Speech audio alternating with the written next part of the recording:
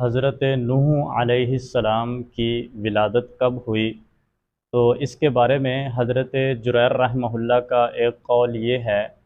کہ حضرت آدم علیہ السلام کی وفات کے 126 سال بعد حضرت نوح علیہ السلام کی ولادت ہوئی، اور اہل کتاب کے مطابق حضرت نوح علیہ السلام کی ولادت حضرت آدم علیہ السلام کی وفات کے 146 سال بعد ہوئی۔ لیکن صحیح ابن حبان کی روایت کے مطابق نبی کریم صلی اللہ علیہ وسلم سے جب یہ پوچھا گیا کہ حضرت نوح علیہ السلام کی اور حضرت آدم علیہ السلام کے درمیان کتنا فاصلہ تھا، تو نبی کریم صلی اللہ علیہ وسلم نے ارشاد فرمایا کہ 10 قرن۔ اور قرن کیا ہے، اس کی تفسیر میں علماء نے لکھا ہے کہ اس سے یا تو ایک قرن سے مراد 1 صدی ہے،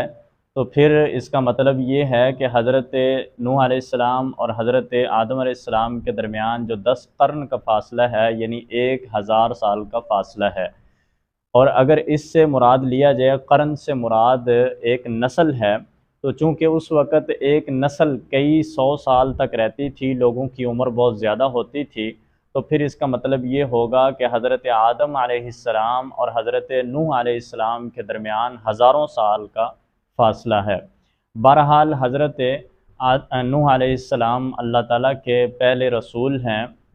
حضرت آدم علیہ السلام اور حضرت نوح علیہ السلام کے درمیان جتنا عرصہ گزرا، اس میں جتنے بھی لوگ آئے وہ سارے کے سارے فطرت اسلام پر تھے۔ حضرت عبداللہ ابن عباس رضی اللہ تعالی عنہ کی روایت کے مطابق جب حضرت نوح علیہ السلام سے پہلے کچھ نیک لوگ تھے، اولیاء تھے، جن کی لوگوں کے اندر بڑی عزت تھی، بڑا احترام تھا، اور ان کے بڑے پیروکار تھے، تو جب ان کی وفات ہوئی تو اس وقت لوگوں نے ان کے مجسمے بنائے اور یہاں سے بت پرستی کا آغاز ہوا۔ حضرت عبداللہ ابن عباس کی روایت کے مطابق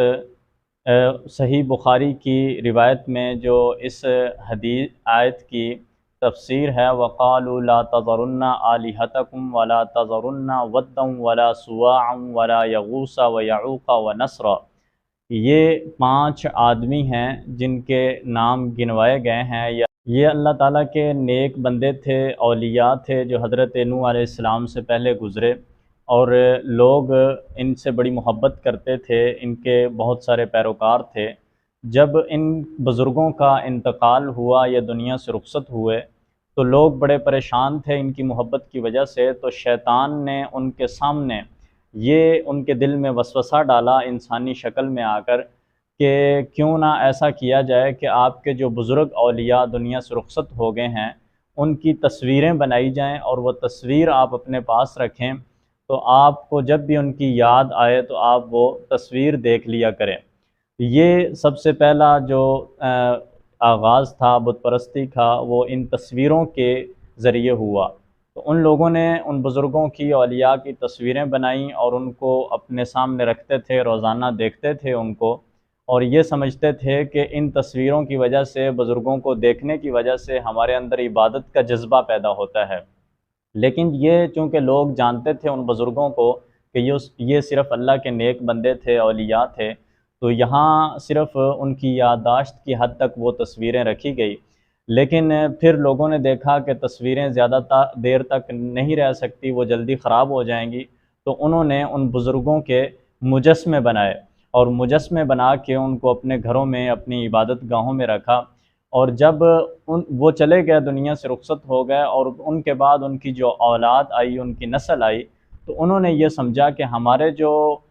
والدین تھے، ہمارے آباء و اجداد تھے، وہ ان مجسموں کی بڑی تعظیم کرتے تھے، ان کے سامنے وہ کھڑے ہوتے تھے عزت اور احترام کے ساتھ۔ تو انہوں نے جب علم ختم ہو گیا تو انہوں نے اس کے سامنے عبادت کرنا شروع کر دی، اور ان مجسموں کی، اور وہ جو بت انہوں نے بنا کر رکھے تھے اولیاء کے، ان کی عبادت کرنا شروع کر دی۔ تو یہاں سے سب سے پہلے دنیا میں بت پرستی کا آغاز ہوا، جو حضرت نوح علیہ السلام کی قوم نے شروع کیا۔ تو اللہ رب العزت نے حضرت نوح علیہ السلام کو دنیا میں مبعوث فرمایا، اور قرآن پاک کی بہت ساری صورتوں میں اللہ تعالیٰ نے حضرت نوح علیہ السلام کے واقعات کو نقل کیا ہے، اور باقاعدہ ایک مکمل صورت سورہ نوح 29ویں سپارے میں اللہ رب العزت نے، جس میں مکمل طور پر حضرت نوح علیہ السلام کا واقعہ بیان کیا ہے کہ کیسے انہوں نے اپنی قوم کو توحید کی دعوت دی، بت پرستی سے روکا، توحید کی طرف بلایا،